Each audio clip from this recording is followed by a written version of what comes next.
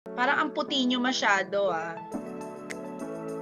Paano ko ba gagawin? Kasi my light is actually, it has to be in the front, no? Dapat. Yes po. Dapat ganyan. Dapat nakaganito ako. Hindi siya kasi nakamount masyado, ah. Paano ko ba gagawin? Kasi my light is actually, it has to be, yeah, might be good idea. Can you, please? Yeah.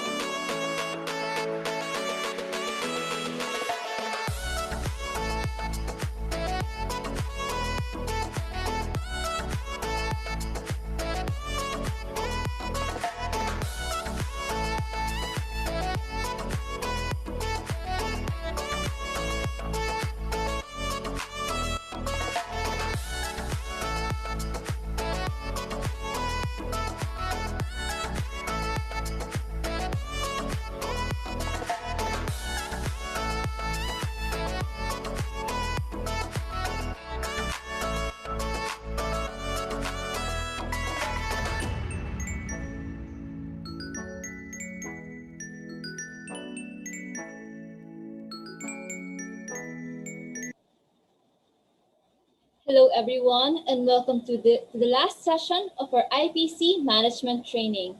My name is Chris and I will be your host for today. Allow me to thank everyone for spending your afternoon session with us. As always, we're grateful for APMC support on this, especially April and Pam.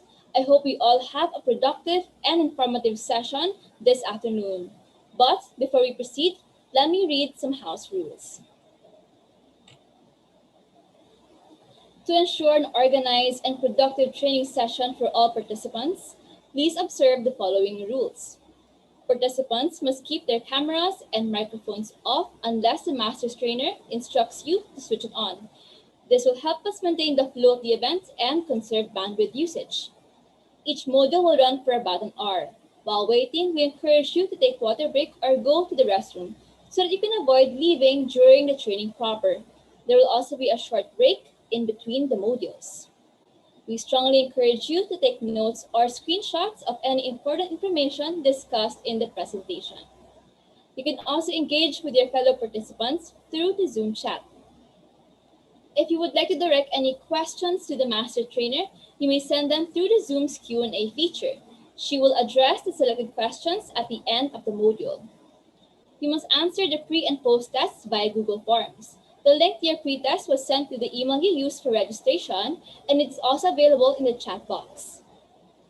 The post-test link will be shown at the end of each module and sent to your respective emails, and it will also be flashed before we proceed to the next session.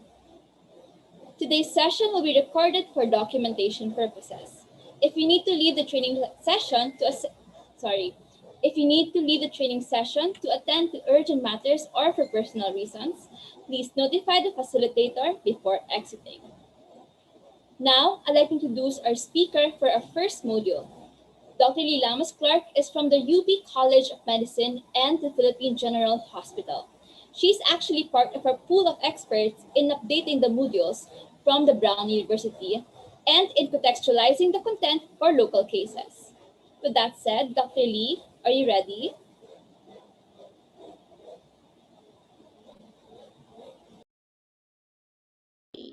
think I'm muted. All right. Okay. Can you hear me? Yes, ma'am. Yeah, okay. Great to see you. Great to see everyone this afternoon. And I hope you don't fall asleep. So let's start with this module on stabilization and resuscitation. So today I was tasked to lecture on this, and there's several objectives for this module, which are to describe factors that indicate critical illness and the immediate clinical actions that are needed for emergency resuscitation, with a focus on cardiovascular perfusion and safe airway management for oxygenation and ventilation.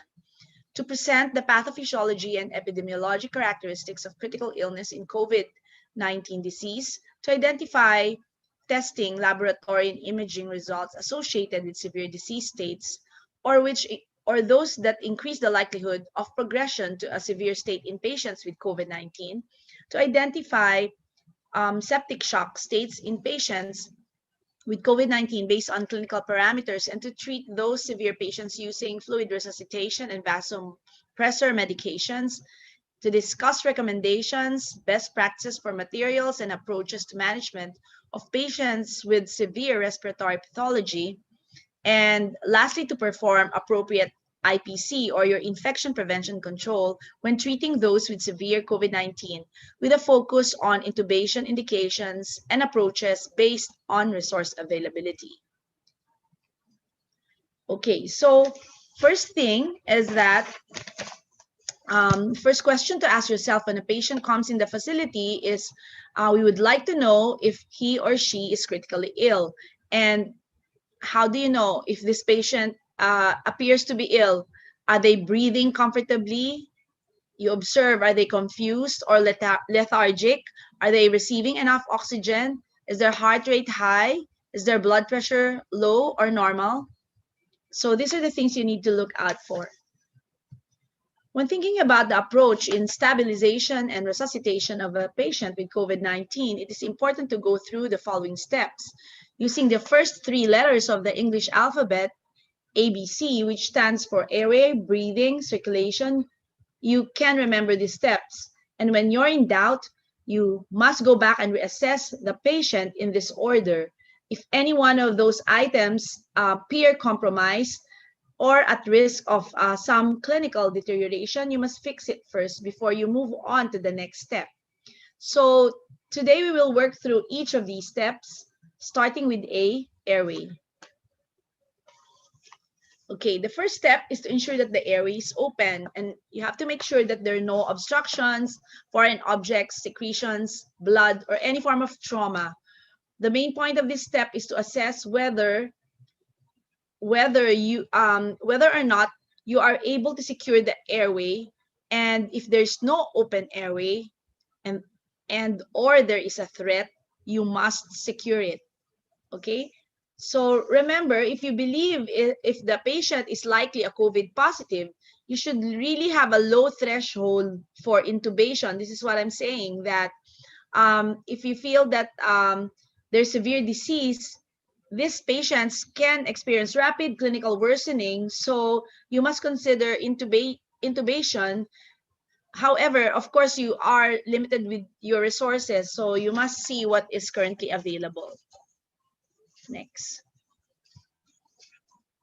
Okay, so before doing that, we are always reminding you about the step of IPC, no? As you approach a patient to assess them, you should never forget that there should be scene safety. This is really paramount for healthcare workers to be able to judge, no?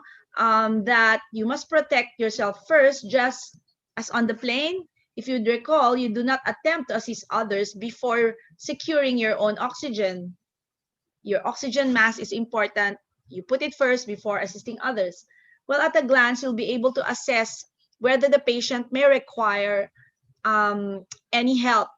And if the case is that you will have to perform aerosolizing procedures such as non-invasive ventilation or intubation, you should always ask yourself, how should we react and what IPC measures should be in place to make sure that I ensure my safety and the safety of others and the whole team. Next, please.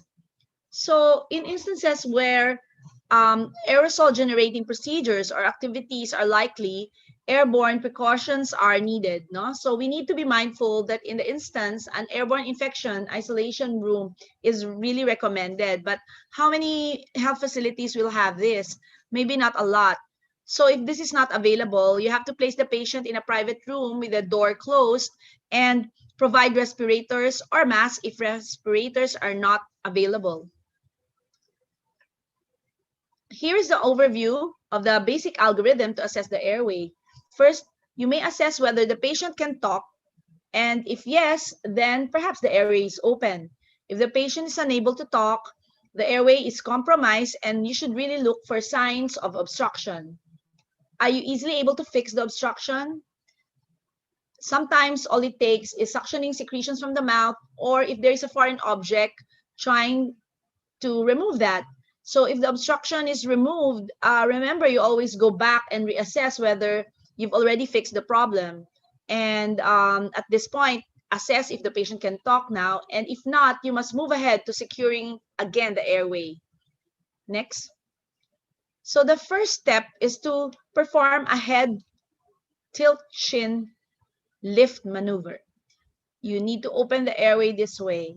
It's really simply placing the hand over the forehead to tilt the head back and lift the chin to create this direct channel to the air. No, so another thing to do is the jaw thrust maneuver, and using this, you can move the tongue out of the way and remove the obstruction.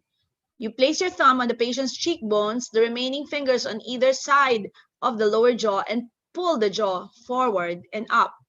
So what's important here is that sometimes you need to actually use external help like oropharyngeal airways or your nasopharyngeal airways to get past the upper airway obstruction. And what is this? It's commonly the tongue. If you think that the patient's ability to oxygenate and ventilate may be affected by the upper airway obstruction, try using one of these tools. No, so the nasopharyngeal airway comes in different sizes, and what you need to do is to put a lubricant on the tip, and it is placed on the beveled edge towards the nasal septum. And the proper way to insert the NPA is to put the NPA angling it in the direction of the insertion towards the back of the oropharynx. Here in the next slide, I'm going to show you a short video of how to insert the NPA. Okay.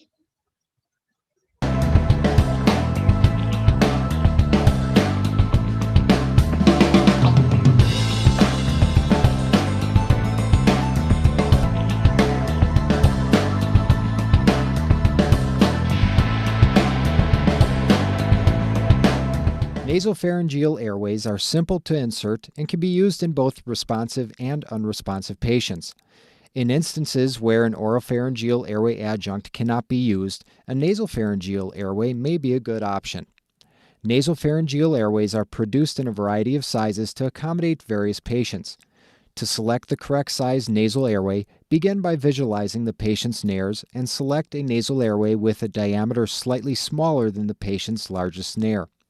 Once the diameter is determined, then measure the device from the tip of the patient's nose to the tip of the earlobe or angle of the jaw. The rubber washer or grommet can be slid back and forth on the device to ensure a proper fit. Lubricate the distal surface of the airway with water or a water-soluble lubricant.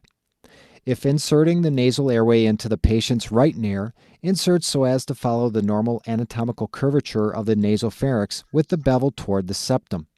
Direct the nasal airway along the floor of the nose into the oropharynx. If inserting the nasal airway into the patient's left nare, it is necessary to invert the airway so the bevel of the airway remains along the septum. Once the nasal airway reaches the nasopharynx, rotate the airway 180 degrees to resume alignment with the normal anatomical curvature of the nasopharynx. Continue to insert the nasal airway into the oropharynx. Once the nasal airway is in place, the last step is to check for adequate air exchange.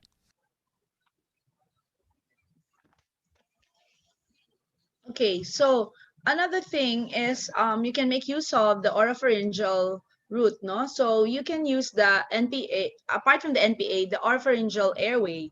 So here we have examples of the oropharyngeal airway, which are very similar to the NPA and would also come in different sizes and colors. And you may see the steps here on your left. Well, it will be on your, yeah, in your left, on your left side of the screen. So what you do is to briefly grasp the patient's lower jaw and tongue while lifting upwards. You can then insert your OPA and the curved end pointed towards the roof of the mouth. As it gets towards the back of the mouth, you try to rotate it 180 degrees so that the curved ends will fall back towards the base of the tongue. You need to slide the device into the back of the throat to be able to be effective. Okay, so the next slide will be the video of the OPA.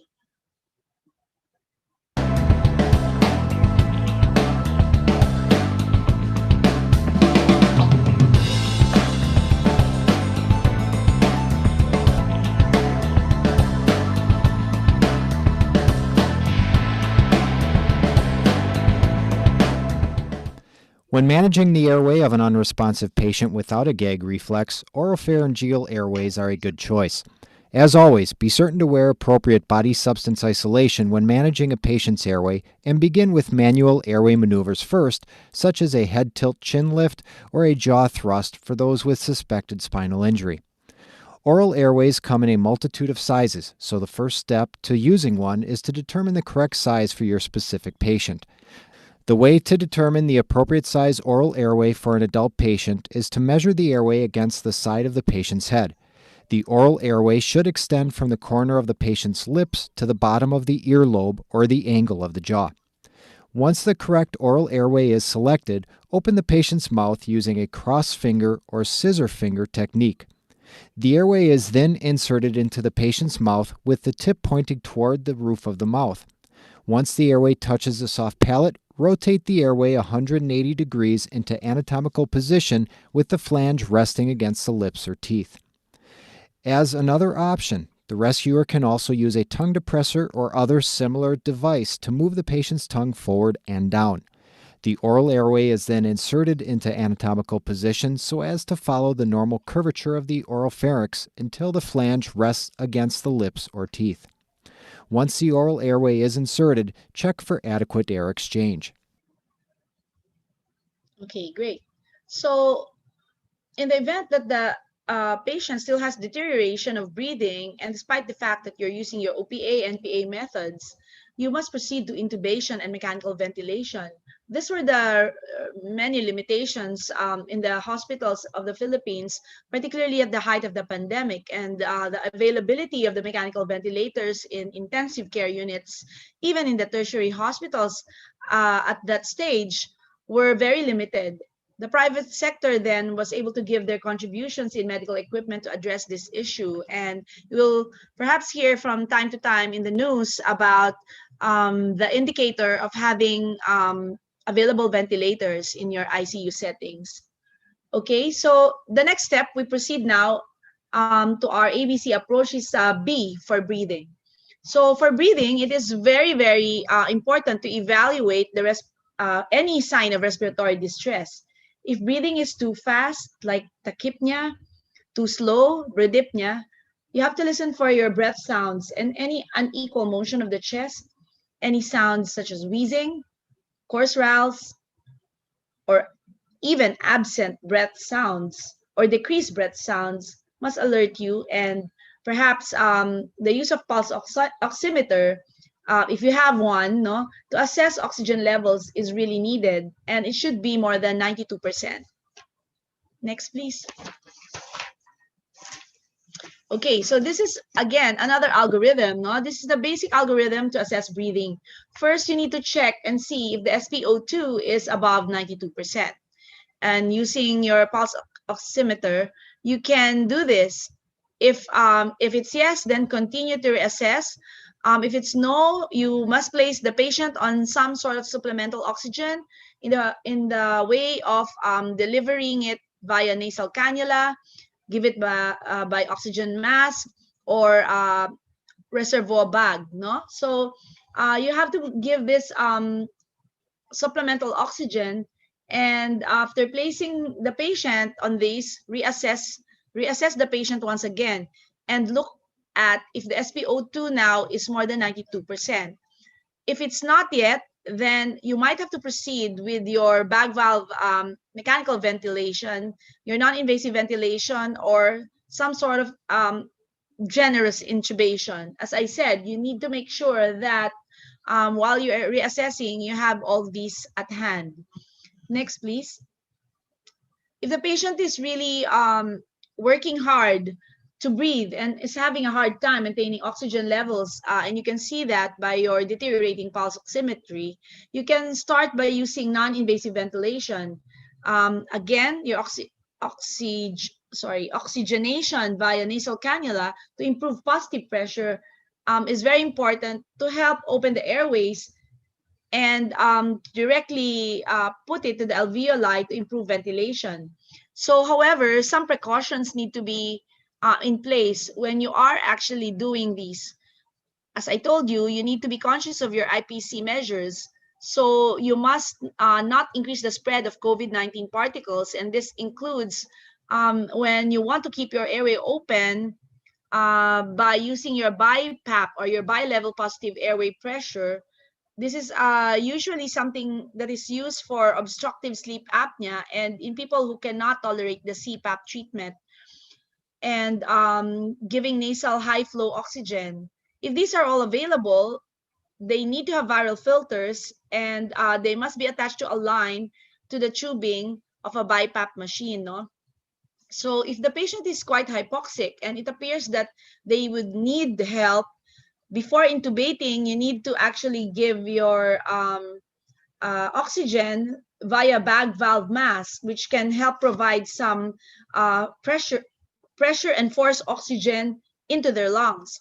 But again, you must remember that you need a hand, another help, and you must be the two of you should be performing this, because one person should be putting over the BVM using a tight seal over the mouth, and the other person is doing the bagging with the two hands on the mask, no? So unless contraindicated, your pharyngeal airway adjunct is used when performing your BVMs. This can be connected again to an oxygen tank, so you can provide the pressure with which your full oxygen flow goes to the lungs. So you again need to be conscious of the fact that these are aerosolizing procedures, and they can spread, again, COVID particles.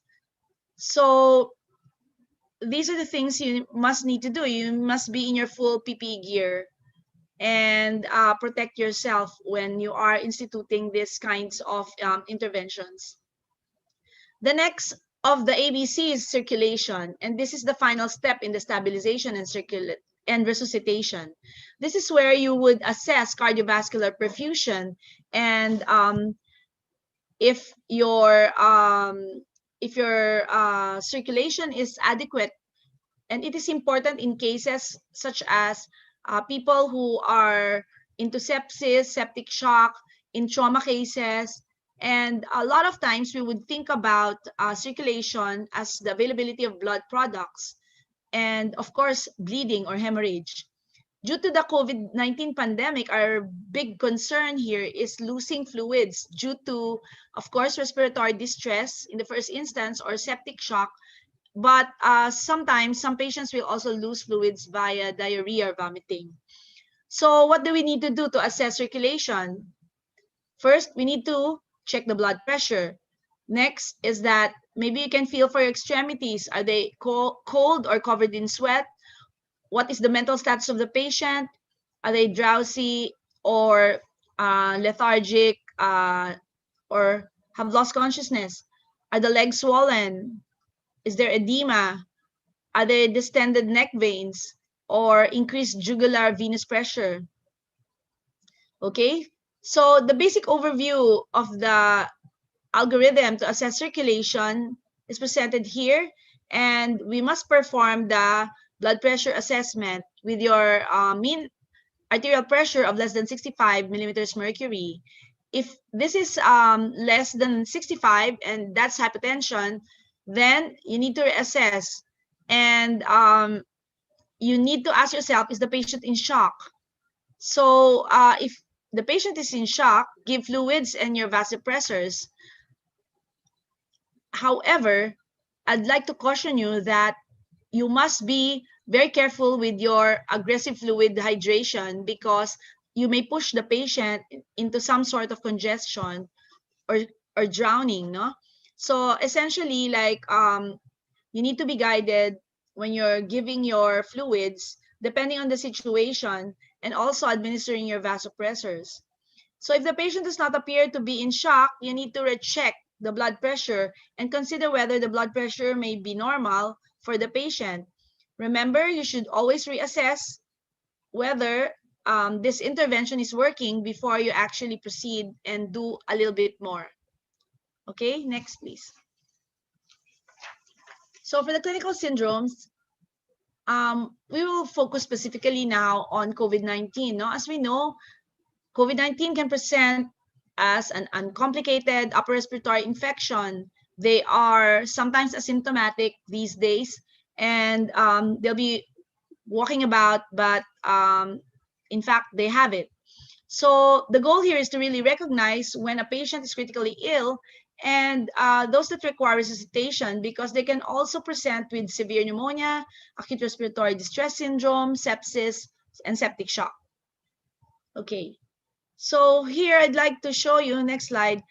This is just like a stepwise diagram of the clinical syndromes, no? From your SEERS, no, you end up with sepsis, and then it's confirmed or suspected infection, and they can progress to severe sepsis, whereby there's signs of end organ damage, hypotension, and increase of lactate, no? Septic shock can then ensue thereafter with all of those mentioned. And the treatment of sepsis is really, first thing, early recognition of this syndrome. You have to also give your administer promptly your broad spectrum antibiotics and surgical intervention when indicated. As you know, there has to be aggressive supportive care, and you need an intensive care unit for this. Other things that you can give will be your steroids, your tight glycemic control while you are doing all this, activated protein C, and a few other newer therapies that are on the pipeline and are in trial, if it's associated with COVID. Next, please. Okay. At every step of the care for COVID patients, some special considerations need to be done at each step of treatment. No, you must ensure first your personal safety and infection prevention and control, and also consider available expertise in your health facility. You may also think about available equipment, and if this is not so, if your experts are not there, you have lacking equipment, you must have to transfer to higher level of care, and you also need to consider this a coordinated referral to another institution, so that you also decrease the risk of exposure of these patients to staff and other patients who are in your health facility. Next. Okay, so another huge consideration is the non-availability of ventilators, no? So as I said, that was the problem. Now, COVID will make this pre-existing issue an even larger one. And if there is unavailability of ventilators, in the interim, non-invasive ventilation is a good temporizing measure. However, as I said, they are aerosolizing procedures, and airborne precautions must be instituted. So non-invasive ventilation, high-flow nasal cannula, oxygen mask with reservoir bag, and even giving salbutamol treatments by way of nebulization. The preferred method here is metered dose rather than your nebulization, because the risk of aerosolizing COVID-19 particles is very real, no? So recently in Melbourne, Australia, there were several patients diagnosed to have COVID, and this is because a child was like nebulizing in the emergency room. So that's the suspicion that it has caused aerosolized particles, COVID-19 particles, and spread. Um, a few people were infected that caused their lockdown for a few days. Okay, next please. So here we will review some of the spectrum of clinical syndromes that COVID can present with. And the first is severe pneumonia.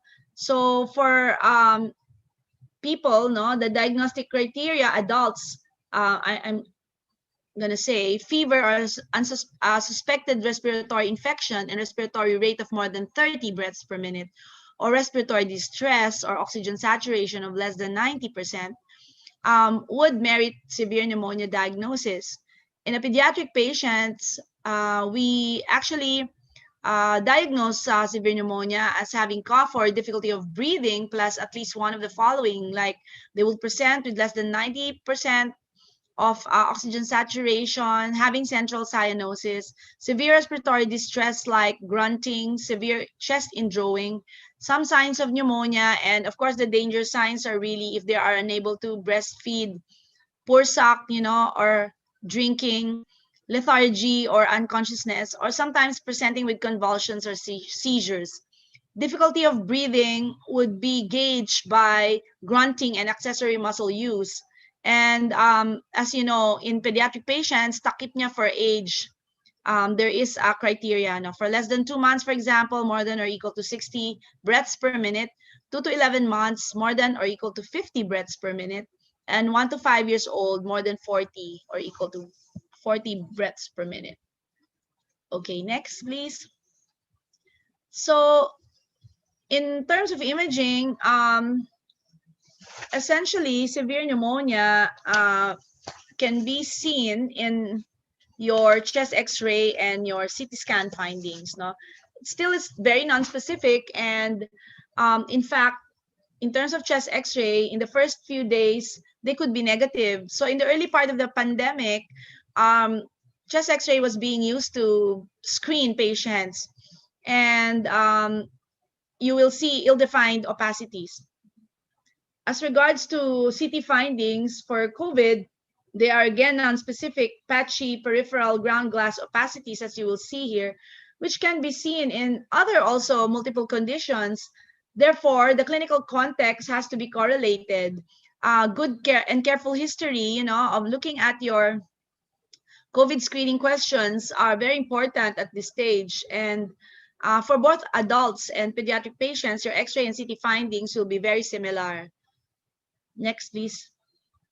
So even though COVID-19 itself has no specific recommended treatment, there are other causes of pneumonia, as you know, and we'd like to cover that as well. So for these cases, antimicrobial treatment as soon as possible are also given within 1 hour of diagnosis of infection. You can give supplemental oxygen, which is the mainstay of treatment, to make sure that your saturation goals are reached, like more than 92%. You need to reassess oxygen needs continuously. And another thing that they do is the awake repositioning proning position. I think I might have something on that later on. And conservative fluid management. Patients with COVID-19 may not need large amounts of IV fluid, as I've said, because you can congest them. So they have to really be on the drier side. Next.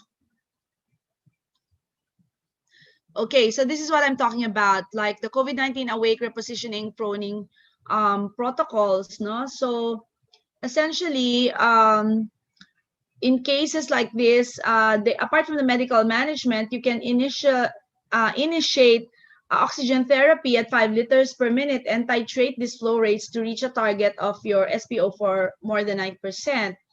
And in non-pregnant adults, like you can do this awake repositioning proning protocols with the goal of being able to get as much that lungs to be reached by your oxygen. No, if you have some what do you call, can you see this time position changes?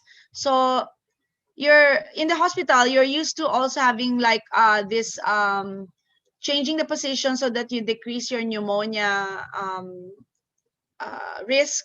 So what you can do is to get the patient to be turned every 2 hours, fully prone, flat in bed, and then lying on the right side, and then on the on the flat again, and then towards the left and back again. So this is a continuous cycle, and you must repeat this cycle. Okay. Next, please. So another thing is the use of corticosteroids. So what I'd like to emphasize here is that the WHO guideline suggests that there's a pooled data from 2 meta-analysis that recommends giving steroids only for severe and critical COVID-19 cases. So we should not really give steroids in persons with non-severe COVID-19, and using steroids for severe and critical patients would show a 28-day mortality reduction. No? So to be implementing this, we need to make sure that we are guided by the case definition of what is non-severe, critical, and severe cases of COVID. So I think you need to review this from your diagnosis and management lecture. And take-home message, steroids only for severe and critical COVID. Okay? So here, there's really no consensus guideline for doing early or delayed intubation. What is really important here is you must be able to judge clinically like what's going on. No? So local, regional, national patterns need to be looked at in terms of trends, because they're evolving over time, and it's important to recognize acutely and or progressively some worsening respiratory failure by means of your monitoring. The important parameter is really is the patient having respiratory failure, and is this worsening? So as I said, judge it generously. If you need to give intubation, do it. And in some health facilities, you need to have this prepared because they're not always available. And of course, the person who have to do it need to be really someone who has a little bit more training on this. And the most expert one is supposed to do this procedure. Again, don't forget about the aerosolizing procedure that it is. So make sure that you are fully geared up with your PPE. Next. So another thing is your ARDS, no? With ARDS, this is the most weird complication of COVID-19, and it's been seen even in the young patients. But of course, it's more common in the elderly with comorbidities. This is usually seen 7 to 10 days after symptom onset, and it may be rare that these patients present initially since they're very ill, and then they come to a point that they will present because I guess like some people are not having adequate care, or their lack of care, or avoiding going to the hospital, no, that also predisposes people from having ARDS. No, they usually develop while in the hospital already. And as you can see here, there are various classifications: mild, moderate, severe, and this is dependent on very wide parameters using your respiratory parameters when you have your patient intubated, like using your PaO2 and FiO2 ratios. And it's all written here, no? So even for the pediatric patients, it's a similar one. So mild, moderate, and severe ARDS. So what we need to do here is really make this diagnosis early. And the PaO2 and FiO2 ratio demonstrates the ratio of the partial pressure of arterial O2 to the inspired oxygen. And this can give you an idea of how bad the patient is. And regardless, in ARDS, it is really almost 100% certain that you might need intubation. So if a patient comes to you in labored breathing, you make sure that you have that facility to be able to help them using a ventilatory support. No, next please. Okay, so this is just the imaging. Again, I was showing you earlier on.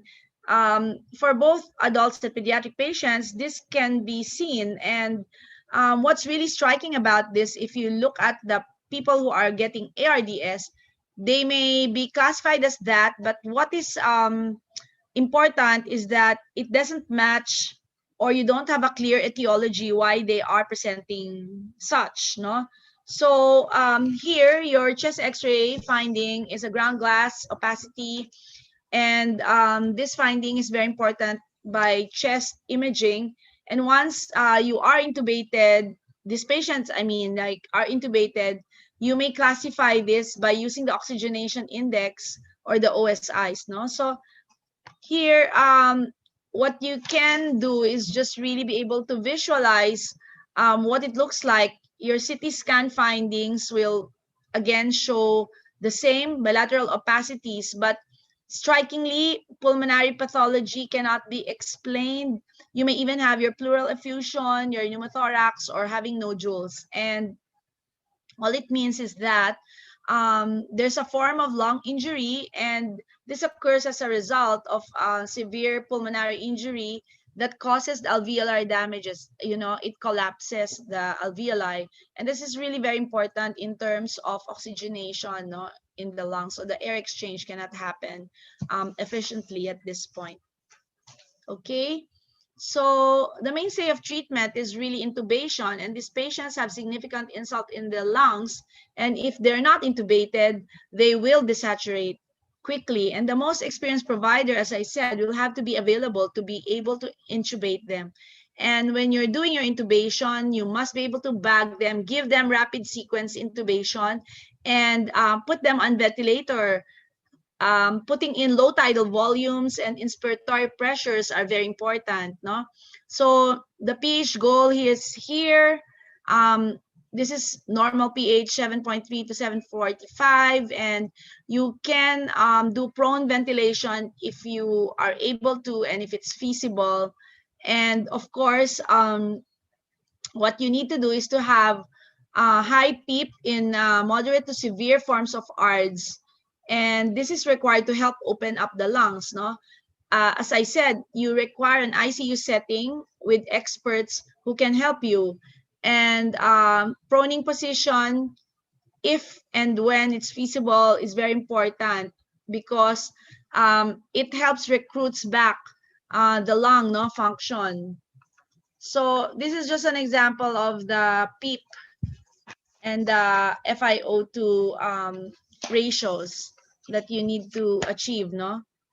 Okay, so essentially, the best ventilation technique, next please, for COVID management of respiratory distress is still in evolution, and currently recommendations even from the WHO are using standard ARDS protocols in COVID-19 care because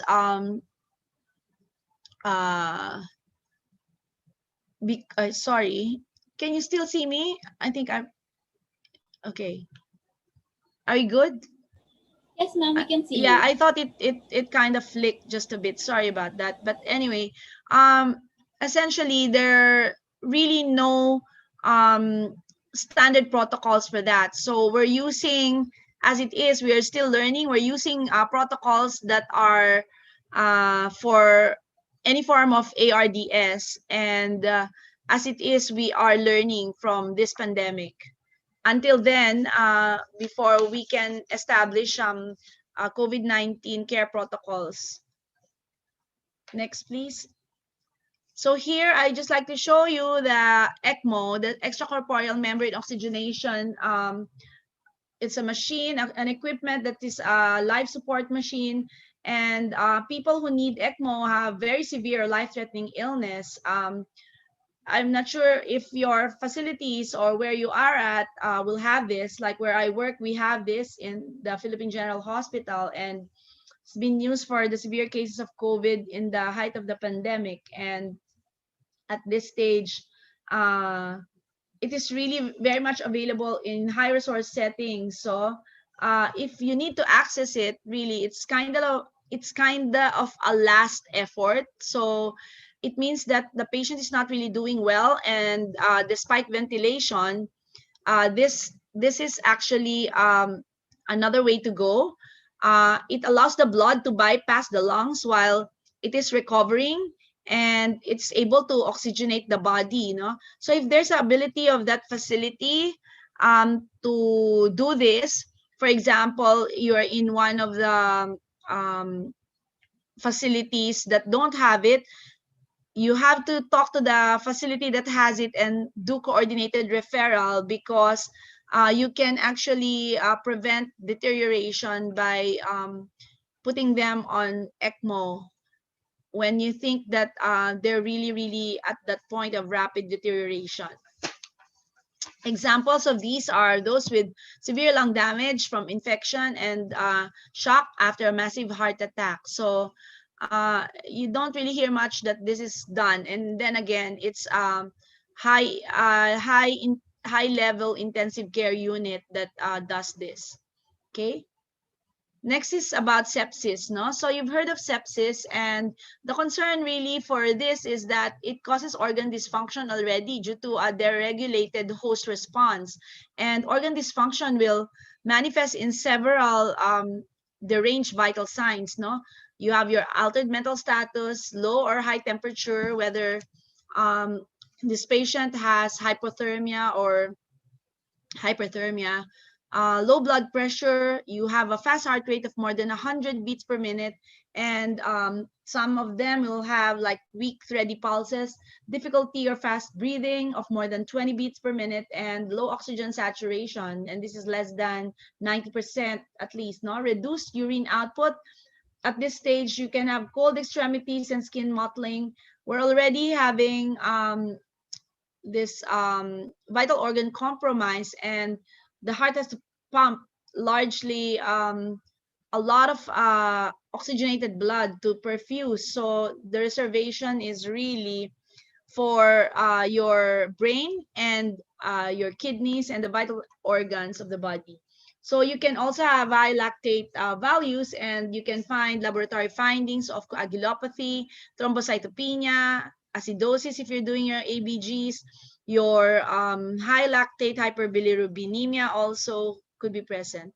So imaging is not really necessary when you're looking at sepsis, but you can verify the source. It can sometimes, you know, be that viruses can cause sepsis and shock in severe cases. At this stage that we have COVID-19, you need to realize that because of immunocompromised states of people, it could be a mix of infection and COVID plus bacterial infection. No? So you could also remember that it's possible for someone to have another comorbidity. So that's why you end up into septic shock.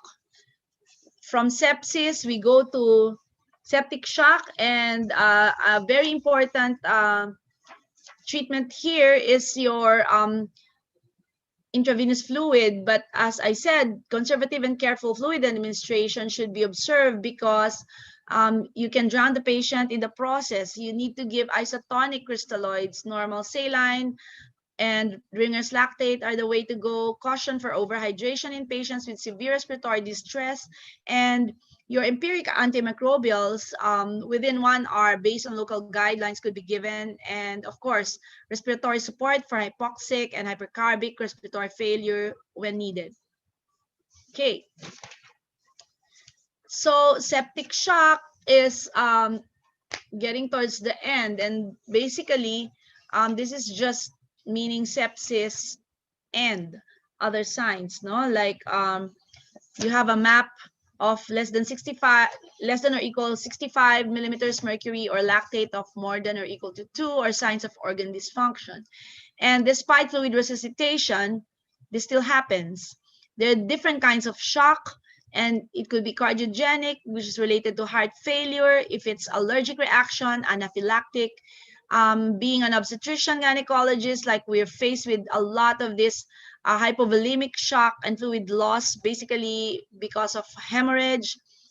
It could be also distributive, so that some patients would present with ascites, anasarca, some swelling, and it's because the intracellular spaces and intercellular spaces, they have distribution issues.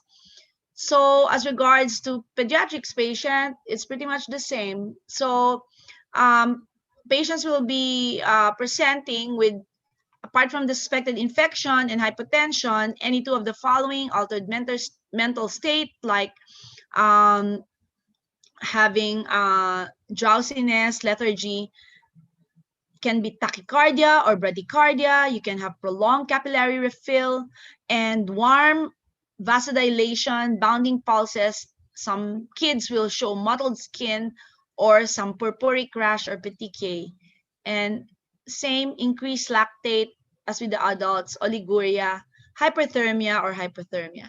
Okay, so next.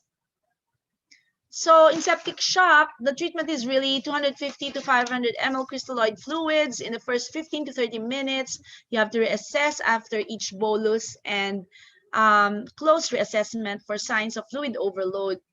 Again, coverage of antimicrobials within 1 hour, and the MAP, if it's less than 65 millimeters mercury, and despite fluid resuscitation, nothing is happening, you have to begin your vasopressors and institute respiratory support. Next.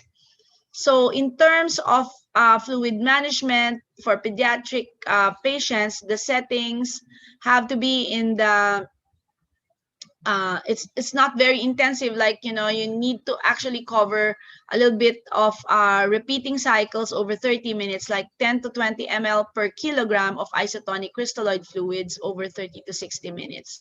Children, if they are also afflicted with severe acute malnutrition, should receive 10 to 15 ml of ml per kilogram of IV fluids over the first hour. And of course, with availability of intensive care, you must give 22 ml per kilogram, 20 ml per kilogram as a rapid bolus, and up to even 40 to 60 ml per kilogram in the first hour. Same, give empiric antimicrobials within the hour and vasopressors if needed. So, yeah.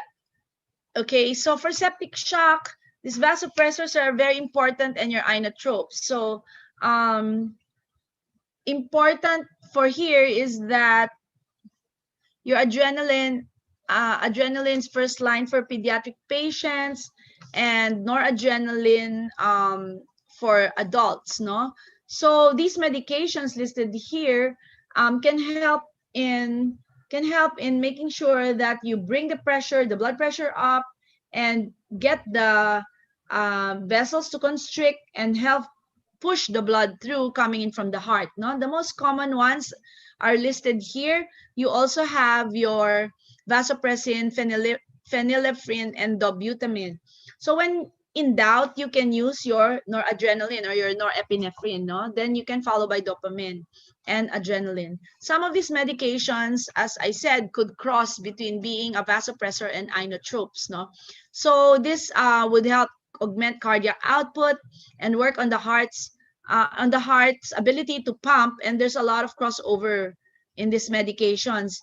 The end point is really to make sure that you're able to raise up that blood pressure and make sure that the vital organs are able to get that much needed blood for oxygenation. Okay, so for hypercoagulability, you need to make sure that in COVID patients, although some have been noted to have hypercoagulability, acute venous and arterial thromboembolism. No, so however, what the WHO recommendation is that you need to closely monitor these patients for these symptoms. They are there are still not much good guidelines for this at this time, and some institutions have protocols, but it really will depend on the experience of different institutions. So you need to monitor patients for signs and symptoms of DVT, your deep venous thrombosis, your pulmonary embolism, stroke, and acute coronary syndrome. So utilize hospital protocols that are existing for treatment, laboratory testing, and imaging. There are currently, as I said, no recommendations for prophylactic anticoagulation, and it's mainly clinical decision. Okay, so in summary, I think I've come to the end. We have addressed the initial management of respiratory failure and the progression of disease to a more serious condition that can result to sepsis and septic shock, really. The initial principles of management is reviewed here, and the importance of being in anticipation and keeping one's self healthy is of paramount importance. And here, the interventions for the initial management of respiratory distress are your airway, keeping the airway open with head tilt, chin lift, and clearing the airway as needed. You need to insert your OPA, NPA as needed to keep airway open. With breathing, monitor oxygen saturation with pulse oximetry, provide oxygen as needed, give inhaled medications, assist ventilation as needed using your bag valve, um, your mask device with oxygen, and prepare for endotracheal intubation if necessary. In terms of circulation, you need to monitor your heart rate, rhythm, and blood pressure, and you have to secure an intravenous line. So, any questions at this stage? I thought I saw one question here. What may be the explanation why steroids are not recommended to be given for non-severe patients? Do they cause any? Oh, yep. Yep, I'd like to answer that. Like you all know, the mechanism of steroids is a double-edged sword. It's really used as an anti-inflammation drug. So if there is really no indication, you can push the patient from, um, for treatment. It's great, but if they are immunocompromised by itself, it can push you from getting also other infections, and you don't really want to have that one. So at this stage, I think it stands that WHO recommendation for COVID as to the use of steroids is only for critical and severe cases. All right, Okay. thank you, Doc Lee. So we have one more question that I just sent to your chat box, Bob. Okay. Okay. Yeah, yeah. So It's how do you adrenaline, interpret? pediatric cases, and yeah, it's just a matter of the biochemistry must be that. Okay. So, ma'am, we have one more question. We received this from YouTube. How do you interpret the PaO2 or FiO2 values for mild, moderate, or severe ARDS? It's gonna be a long story. I don't think I have time to answer that. All right. Yeah, sorry about that. Like you can read up on it actually. It's beyond this. It's ICU setting, and what can happen is that you might have to bring in the values of that. I think be in that better position for you to actually take a look at it from the standard text. Okay.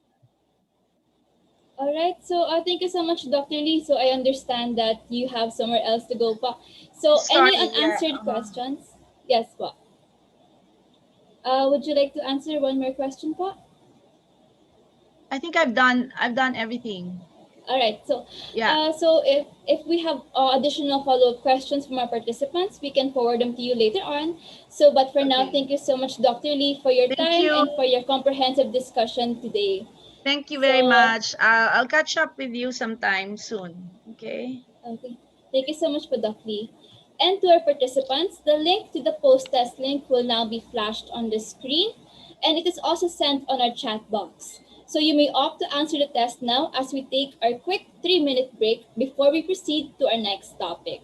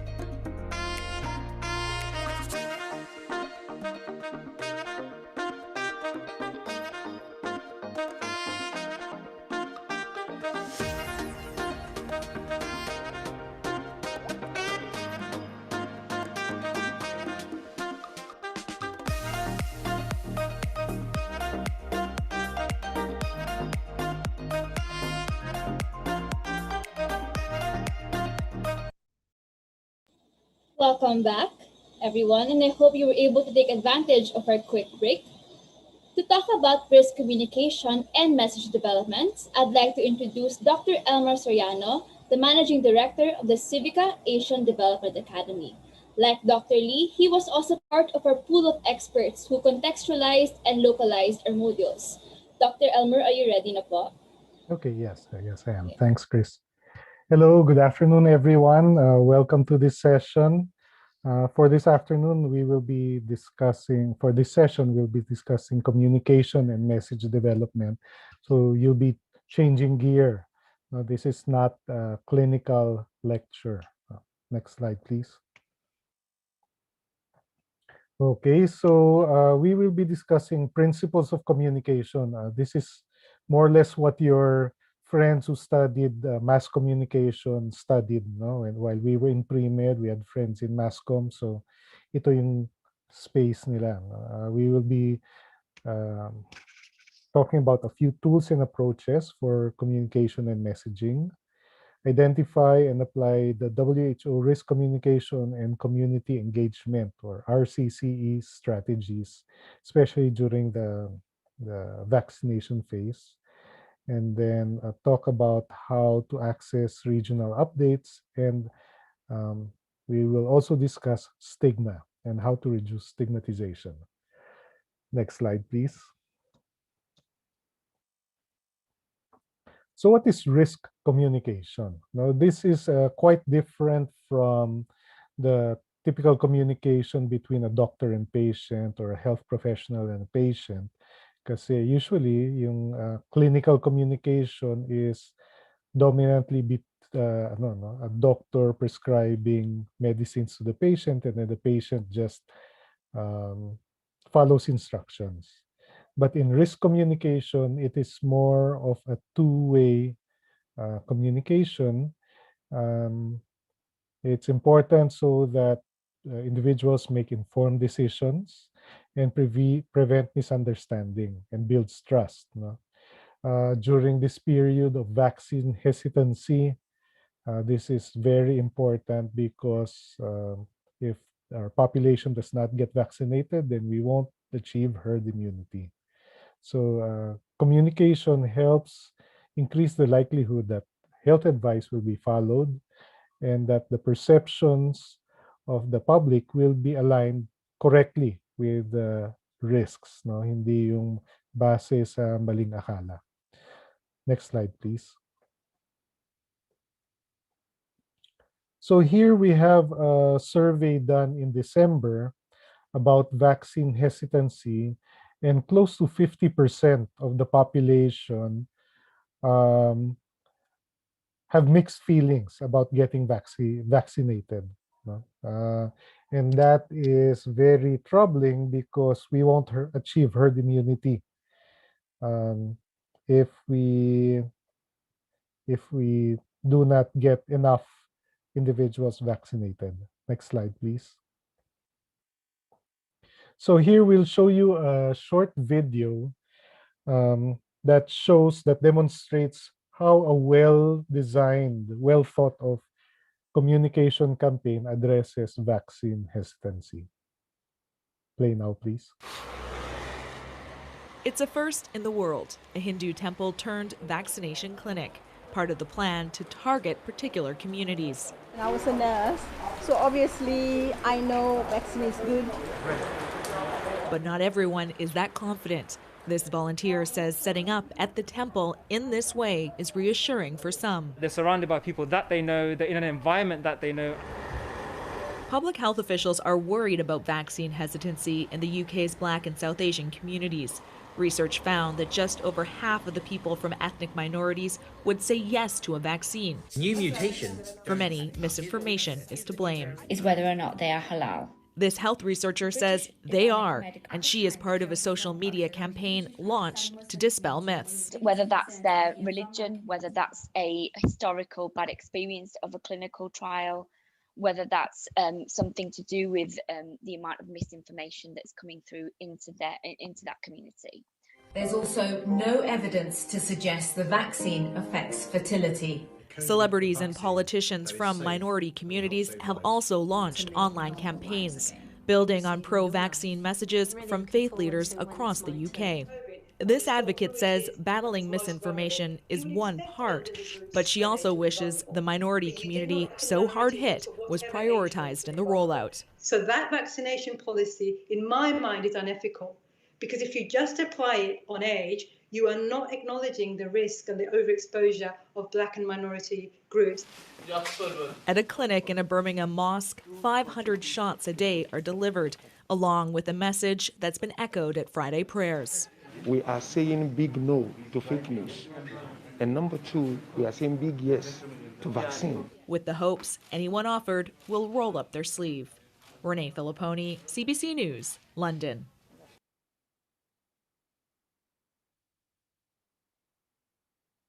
Okay. So why is communication important? Because in a situation of high vaccine hesitancy, even if we had all of the doses of vaccination needed, no, nandyan na sa clinic, if the population does not want to get vaccinated, then there will be a low vaccination rate. And therefore, herd immunity will not get achieved. No? So if you assume that, say, scenario where half of the population does not get vaccinated, then half of the population will still be vulnerable to COVID. You know? They can get infected, they can pass it on to others who had not gotten vaccinated, and therefore there will be an ongoing stream of admittances to clinics and hospitals, no, COVID positive. And that passes on the risk to us in the health sector, and we in turn pass on that risk to our family members when we go home. No? And that's why we need to address high vaccine hesitancy, and that is done through communication. Next slide, please.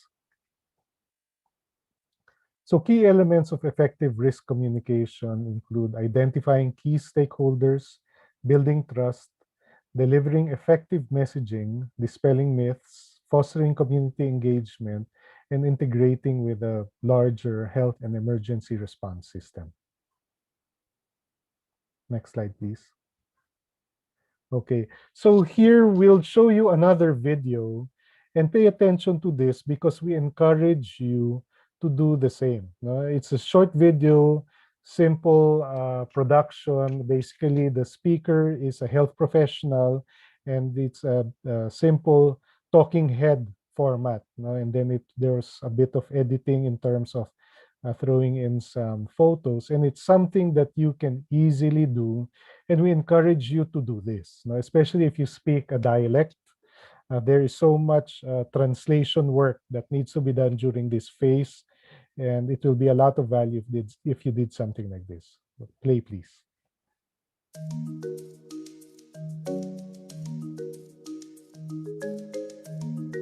The people who are going to be prioritized to receive the vaccines are healthcare workers who are on the front lines, as well as anybody who works in a hospital, and then those who live in skilled nursing facilities. Skilled nursing facilities account for about 6% of the population, but almost 40% of the deaths due to COVID. So these are very high-risk individuals for bad outcomes from COVID.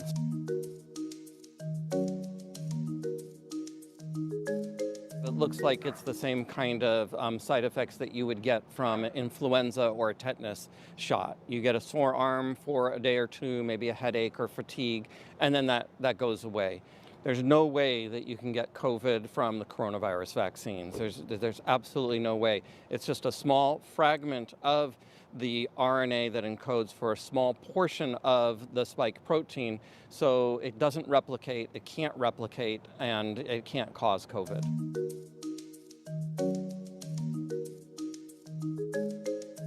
We're going to have to be masking and social distancing for the foreseeable future. When we'll be able to stop masking and social distancing is when we achieve some level of herd immunity within our communities. That's going to take 60 to 70% of the population to be immune. Right now, through infection, if people are immune after infection, which we're still not sure, there's been less than 10% of people in the US who have been infected. And then when the vaccine comes out, it's going to come out in limited quantities. And so we're not going to be able to vaccinate everybody all at once. So we anticipate that we will be able to achieve that 60 to 70% immunity either through infection plus immunization, maybe the middle of 2021, maybe the end of 2021. We'll just have to see.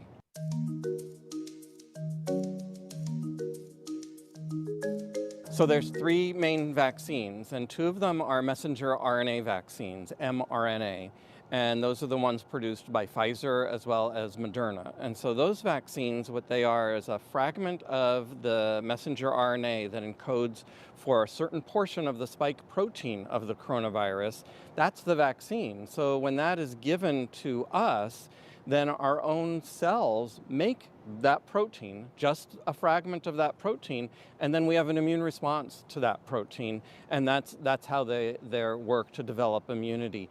The other vaccine is similar, the Oxford AstraZeneca vaccine. It's a non-replicating adenovirus vector that, again, has a fragment of the spike protein, and so then we get an immune response to that.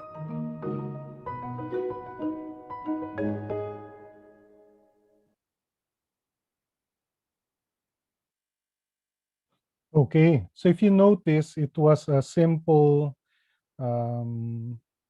video, one person talking about some basic information on the vaccination, but it was co-branded with UC Davis Health. No? So UC Davis is University of California, Davis, and then it's also co-branded with the hospital.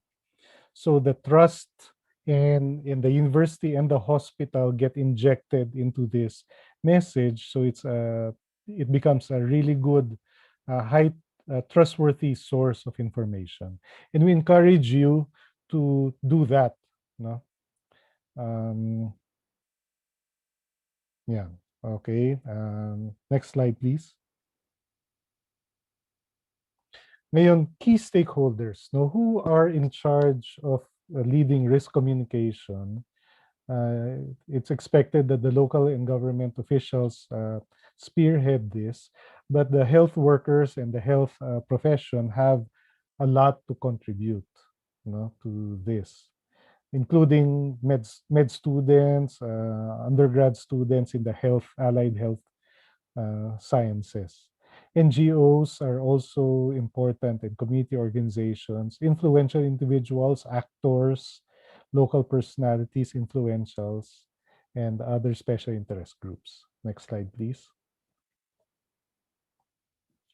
Ngayon, we encourage you to come up with some messages yourself, in order to counteract fake news or distorted news.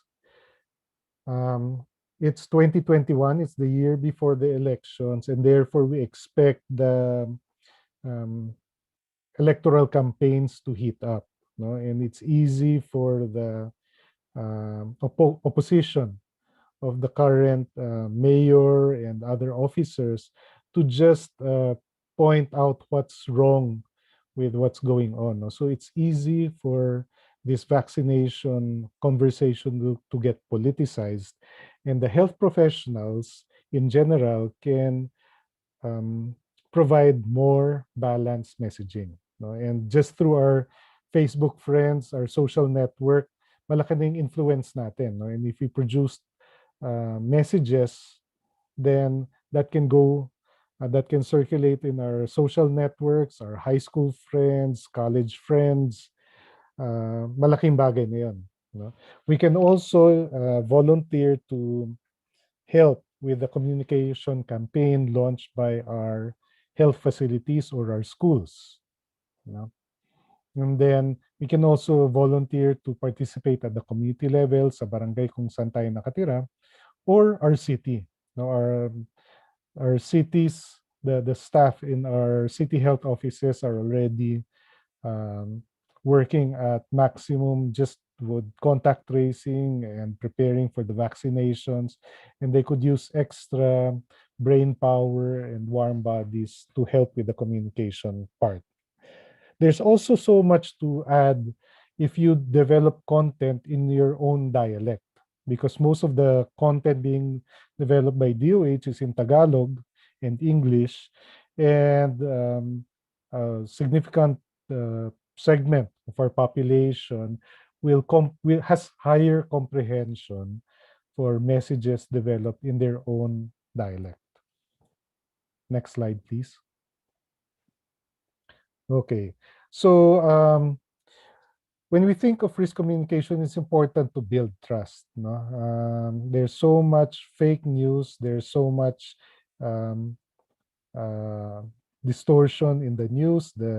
Our news feeds uh, put in our news feeds, the algorithms put in our news feeds all sorts of sensational information, and it's easy for the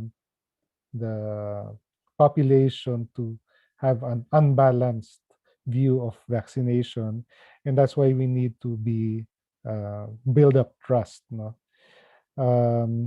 We need to come out with early and frequent dissemination of information.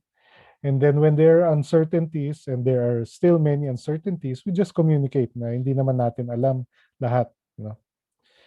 We should also keep in mind the special at-risk or affected populations that could get marginalized by the communication campaigns. And then it does make sense to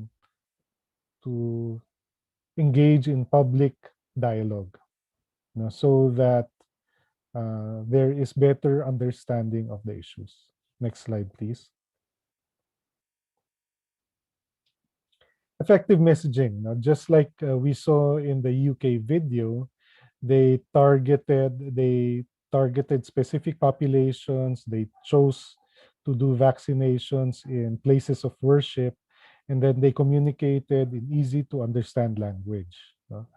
And then they tailored it. They got the faith-based leaders to deliver the message, and then they promoted specific action, which was to get vaccinated. And then they were also using multiple channels in social media. Next slide, please.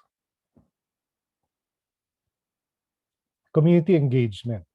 So we have, as we design our communication campaigns, we have to think of specific audiences. No, hindi naman yan one size fits all. No? There's the general public, and then there are different segments of the population. No? And just as we would talk to our parents or our mother-in-law differently as from the way we talk to our children or younger siblings, as we develop our messages for the different audiences, ganun rin. No? We have to keep in mind, sino ba yung tina-target natin? Are we targeting tricycle drivers or fishermen? And if so, how should we design the message so that they will understand it? Next slide, please. Okay, identify target audiences, and then figure out how to understand their concerns and behaviors. No? So they are the rest of the public, most of them are not scientists. So we have to understand how they understand things. And how do we do that? By having a conversation with that. No? So if you want to design a package, kunwari, an explanation, if you speak kunwari, no, Ilocano, and then you want to target farmers in Ilocano, then one way of going about designing your message is to talk to a few farmers. No? Have a chat with them, probe, ask about their attitudes, listen for how they describe their understanding of vaccine hesitancy. Malamang hindi naman nila naintindihan yung English term na vaccine hesitancy, and they will explain it in their own terms. So try to listen and understand their worldview, their labels, so that as we deliver our message in Ilocano, targeting farmers, we are able to speak directly to their concerns, so in a language that they understand. Okay, then we engage them through multiple modalities: social media, radio, other channels. Okay, and then go think about the other segments of the population who need to be reached. Next slide, please.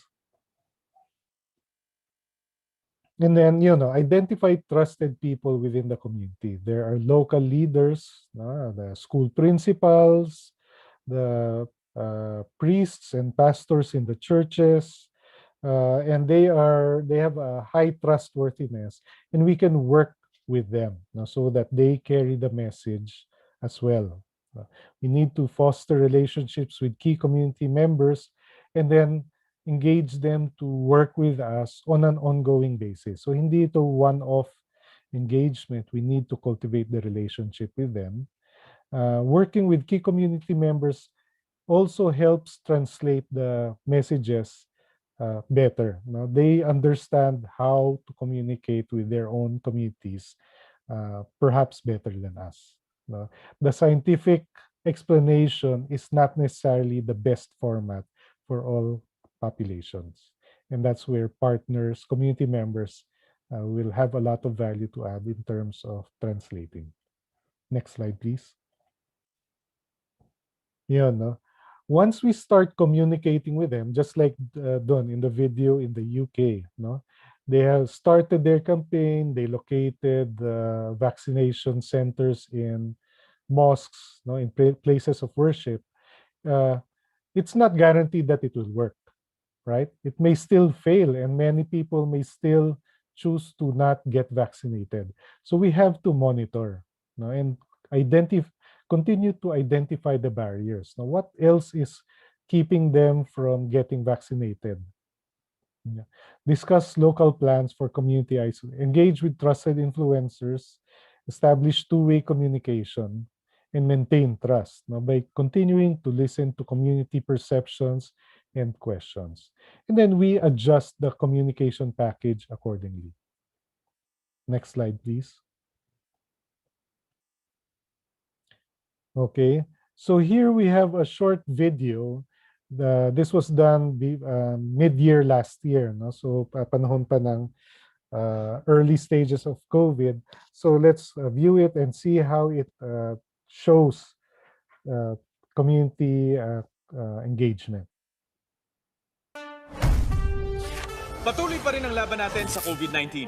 And together, we can beat the solusyon. B. Bawal walang mask.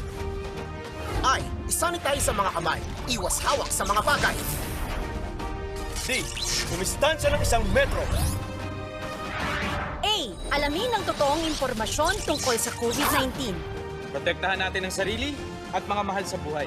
BIDA. Be the solusyon sa COVID-19. Okay, so kita natin, no? It was in Tagalog, it's short, there was an acronym, and then they made specific health behaviors. So they recommended specific health behaviors so that the viewers, the audience, will understand exactly what behaviors are suggested. Okay, and ngayong panahon ng vaccination, we need more health professionals and medical students, nursing students, to translate it, especially to the local dialects. Okay, we have to make sure that it's appropriate for the literacy levels, and then keep them short, no? Because if they're short, they're easier to forward and they're easier to view. Next slide, please.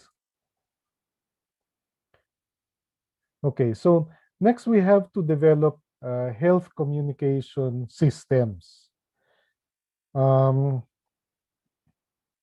Matagal pa tong COVID, no? It's likely this will last up to the end of the year. So we could have 10 more months to go, or even longer.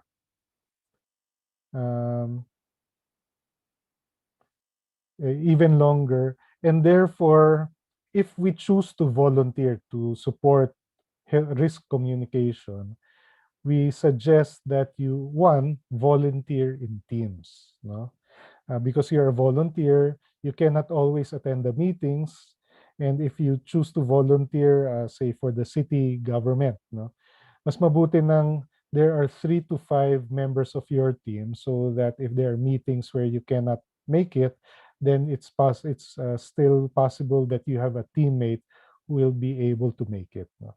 Why do we want to do that? we we want to volunteer in teams because we want to strengthen the health communication system. Sistema ito, no? So hindi ito um, one-time volunteering and then you never show up after that, no? Parang um, that does not contribute much, no? The health communication system needs an ongoing source of manpower, and that's why we suggest you volunteer as a team. You know?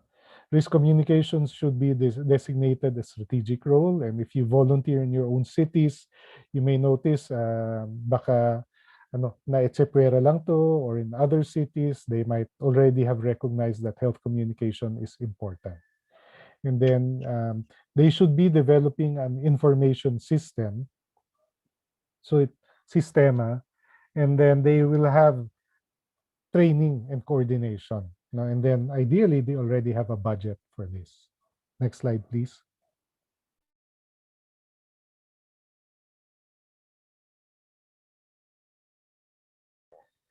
So if you're fortunate enough and that your city or your hospital or your facility has a strong risk communication plan, di mabuti. No? All you have to do is monitor and figure out how you can plug in and support them. But some may not have really strong communication systems yet. So you can listen if you choose to volunteer. Well, for the first couple of meetings, it makes sense na pakiramdaman niyo muna. No? You just try to listen in and figure out how they have been operating the communication system so far. No? And then maybe by the second or third meeting, you can begin to make suggestions. No? Creating standard operating procedures, assigning specific responsibilities, and then coordinating message preparation. Those will help strengthen the system. Next slide, please. We should also anticipate that even for just as there's a need for surge capacity at the clinical level, no, yung the dami ng tao who will provide direct clinical services, there's also a need to think of mobilizing surge capacity for communication. Because there are new variants in the COVID-19 virus, and then there's new uncertainty. And if there's extra capacity, then we can cope with the communication demands required at the time. We should diversify the channels, reaching the population through the different partners, networks, and outreach capacities, and then strengthen our partnerships from month to month, no? So that so that fatigue does not overcome the system. Next slide, please. Public communication. No? So by now, most cities have regular press conferences via YouTube and Facebook Live. And in many locations, the population has already become tired of these. No? Emotional exhaustion has also set in, and there is already a lack of freshness in this. And we can also support public communication by volunteering, especially for health professionals. We can opt to volunteer to become panelists in the public communication, press conferences of your city. No? So if you're a doctor, you work at a hospital, your hospital can offer to show up every once in a while as a panelist in the city press conferences. Ngayon, anong pakinabang doon? One, you will be injecting additional credibility to the press conference of the city health office. No? And two, you will also be injecting freshness. No? At least there's a fresh face, madadagdagan ng credibility ng city health office. Your credibility will get added onto that. And then those media briefings can become a little more engaging because of your presence. Next slide, please. Public communication. No? So identify individuals to convey specific messages based on relationship to the community. No? Priests, community leaders, school principals, they have a lot of credibility, and we should tap them actively so that they might be able to persuade the population, the community members. Disseminate information frequently. Sharing decision making. No? So just because we're health professionals doesn't mean that we should have the final say on this. No? They know their communities better. They are also as concerned as we are, and we should share decision making with them. No? That way, we will be able to create even more value, and our messages will be more effective. And then diversify the style of communication, stories, photos, videos, different channels, TikTok, YouTube. Yeah. Next slide, please.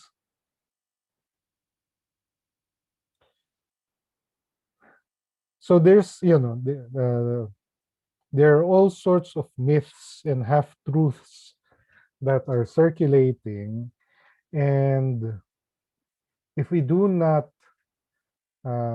counteract that, if we do not dispel the myths, maaring maging masyadong laganap yun, at yun yung pinaniniwalaan nila. No? Kahit na maling akala, hindi naman nila alam na maling akala yun. No? They just got it on their Facebook feed. It seemed intelligent. It was sent to them by a friend na nirepost lang, pero mali pala. No?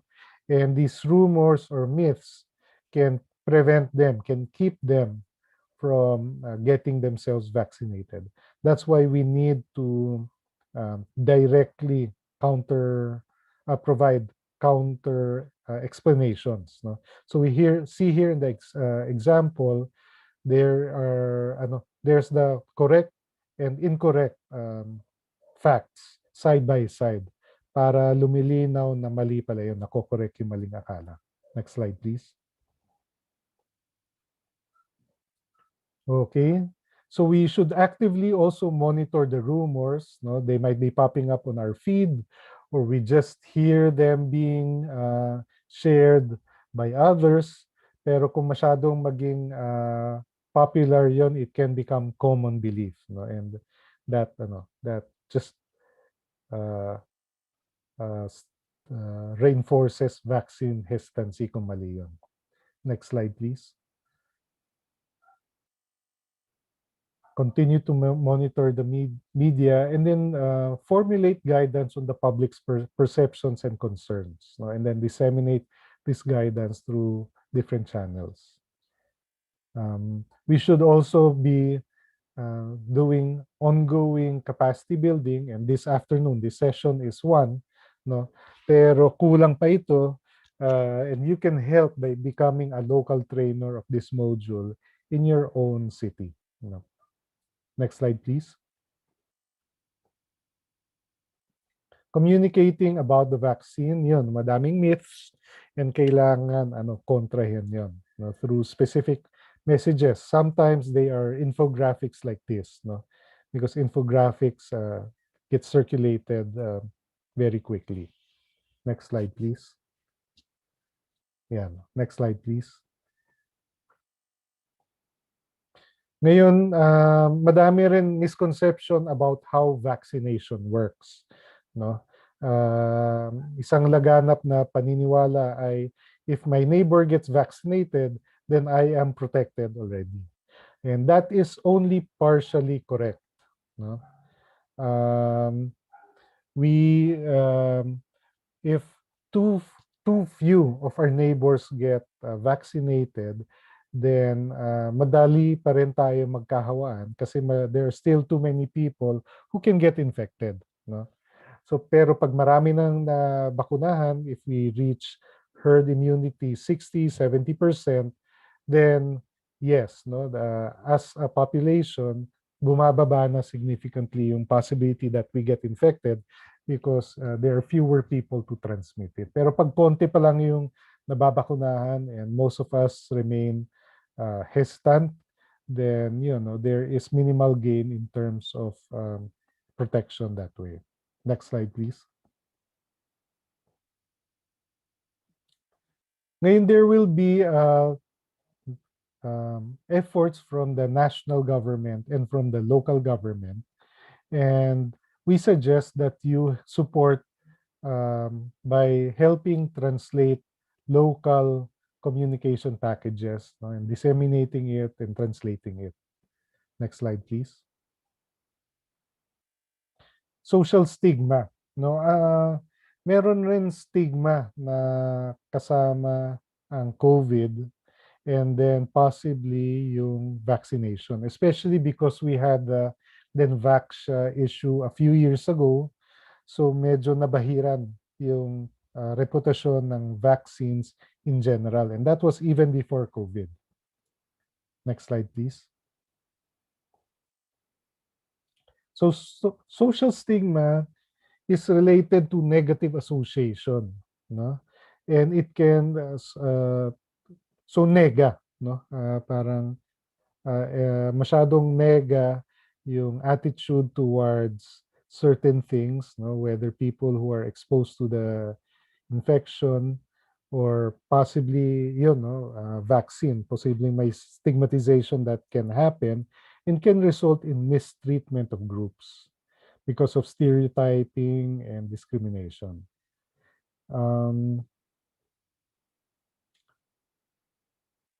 There's a fear factor, and in stigma, the fear is disproportionate. And this happens when people do not understand things well enough. Next slide, please.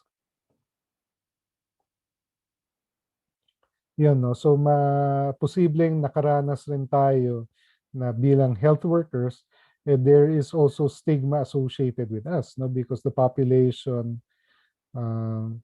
assumes that we are potential carriers of the infection, no? Pero maaring disproportional yung fear na yun, and that can result in stigmatization. And here are examples of messages to counteract stigmatization. Okay? And tayo rin, we should be mindful of this, and then we should also communicate intentionally to reduce stigmatization when that happens. Next slide, please. Social stigma damages social cohesion. Pag masyadong mataas yung stigmatization, there is more fear, and people are more afraid and are less likely to cooperate. No? And then pag may stigmatization, people with the illness are more likely to hide the signs of the illness, delay seeking healthcare, and then they might fail to adopt healthy behaviors. And that just aggravates itong paglaganap ng infection.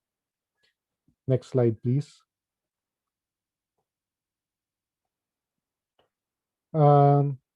Ngayon,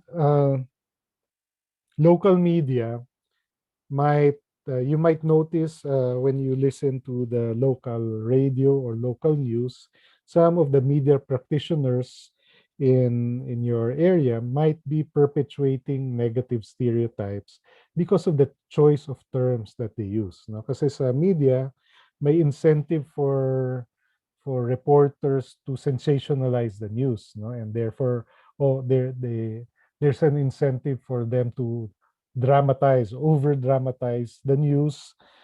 So because if it's more sensational, then there are more viewers or listeners. And pero kuminsan nakakasama na ito, no? So we can opt to call their attention to this. No, the ideal behavior is they have people first language, so that mas sensitive yung portrayal of the news. Next slide, please.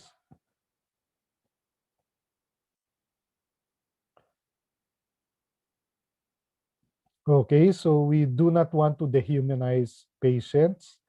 So we can talk about patients, but without blaming them. No? So next slide, please. Yan, no? So dapat iwasan yung masyadong nega at masyadong sensationalized. Next slide, please. How might we do that? No? How might we counteract stigmatization, especially if we notice that there are some local media personalities who do this, no? Who increase stigmatization.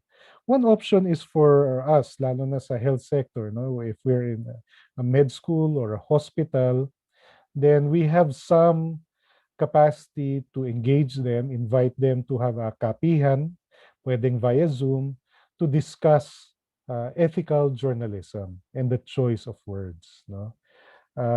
Coming from the health sector, sa panahon ng COVID, it is possible that they will respond to our invitation, and then we do not want to blame them. No? But we just remind them that ethical journalism and a better choice of words will help equip the population to cope with the disease better, no? Rather than sensationalizing and stigmatizing the patients or the situation. We can encourage them to be knowledgeable and exercise critical thinking and choose their words better. No? By doing this, mararamdaman rin nila that we're watching them. No? And that as members of the community, nag-aalala rin, may mga ibang nag-aalala on how they are portraying the situation. No? And it's possible that they will demonstrate more restraint in the choice of words. Next slide, please. In summary,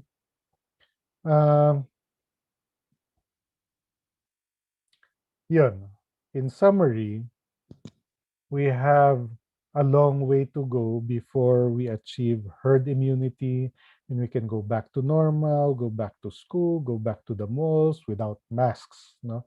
We are all working towards that situation where things will go back to before COVID. No? In the meantime, the entire population, including us and our families, remain vulnerable. And vaccine hesitancy is a major concern now. No? Kahit na meron na tayong vaccines, kung may vaccine hesitancy, then tatagal yung virus in our population. And that's why risk communication is important. No? It saves lives and it minimizes the economic impact, social and economic impact. And that's why we're inviting you to volunteer. No? We invite you to volunteer, produce your own messages, and then we suggest, we ask you to, if you do in fact produce messages, YouTube videos, infographics, especially in your local dialect, please send them to us by email, no? So that we can show the other learners, yung mga susunod sa batch ninyo, na ginagawa na ng iba. No? And it becomes, we are able to reinforce the message na kailangan natin tong pagtulungan. Okay? Meron ng, this session guides us on basic risk communication and community engagement. we need to keep in mind the language, no, and the choice of words, so that stigmatization does not increase. And then we should also counteract uh, misconceptions actively. No? So the misconceptions in February could be different from the misconceptions that will pop up in March and April, and therefore madami pa tayong kailangan gawin. No? This is going to be a marathon, and we encourage the health community to step up, not just at the clinical level, no? Administering vaccines and taking care of patients, but also at the communication level. No? Communication na yung labanan is the main intervention for vaccine hesitancy, and we all need to contribute to the communication campaign so that the population will have better access to better information. That's all, and thank you very much. All right, thank you so much, Dr. Elmer. And for now, we have a couple of questions. And Dr. Elmer, I would actually be repeating some of the questions that were asked earlier for the benefit of our new audience. But now, I'm going to start with one question from our audience. Okay. There have been news reports regarding adverse vaccination effects and some allegedly connected deaths. In what specific ways can healthcare workers increase the public's trust and confidence in vaccines when they are also exposed to content that highlights negative developments? Right. So, alam naman natin na may adverse events naman talaga, no? To the regular medicines, amoxicillin, and kung ano-ano pa. There are outliers where there are adverse events. No, the physiology of the patients, they sometimes often these are allergic reactions. No, and these are outliers, and that these risks are part of the practice of medicine and public health. Yun nga lang, sadly, it's easy for the algorithms to pick up sensational news like this, and then for the public, it's so easy to forward news of adverse events like this, such that nagiging disproportional na, no? Akala ng, 'di ba, may isang adverse event lang sa US, akala na ng madaming tao nakamamatay ang vaccination, no? So it is possible that there are adverse events that is expected, but the news feeds probably portray a disproportional risk, no? So misleading 'yon. And I think medyo mahabang paliwanag 'yon, 'di ba, to health personnel, no? But we should take the time to explain it to them, no? Yung imagine, so one option is you can shoot a short explanation on adverse events in Tagalog or in your dialect, and then share it on your uh, Facebook, uh, Facebook on Facebook, so that people will begin to have a deeper understanding of adverse events, and then yung sense of proportion bumalik sa tama, no? So yeah, that's why communication is so important, and that's why we all need to help balance the perception of the public. Thank you. Thank you so much, Dr. Elmer. Another question is, there's been some discussion on how the success of the COVID-19 vaccination effort will affect future programs for other vaccine-preventable diseases like polio and measles. What are your thoughts on this? I think that's correct, no?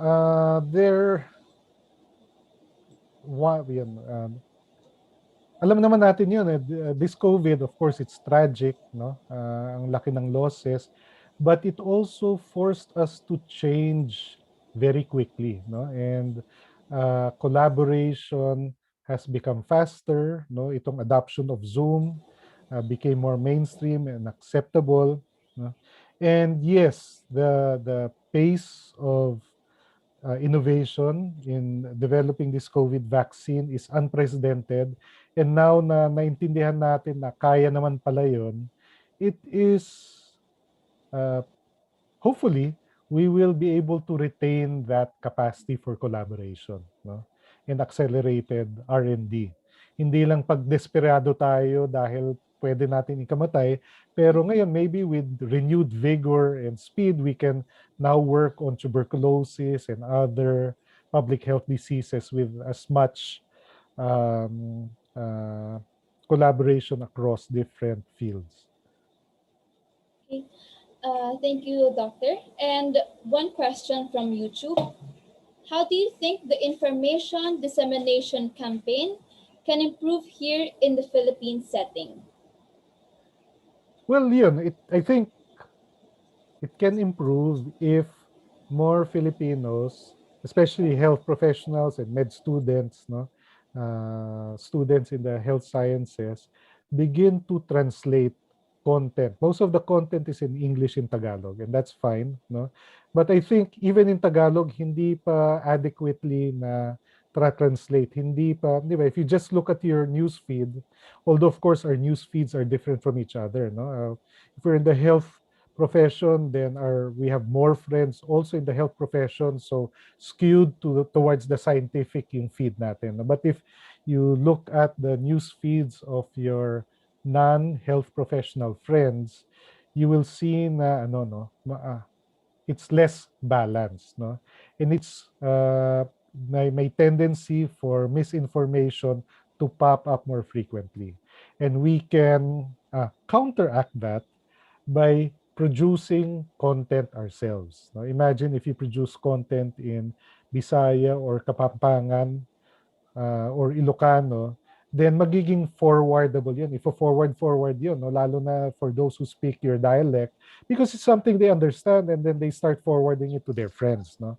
And that's how we ought to, how we ought to harness the technologies now for public health. And that's why I keep repeating this over and over again.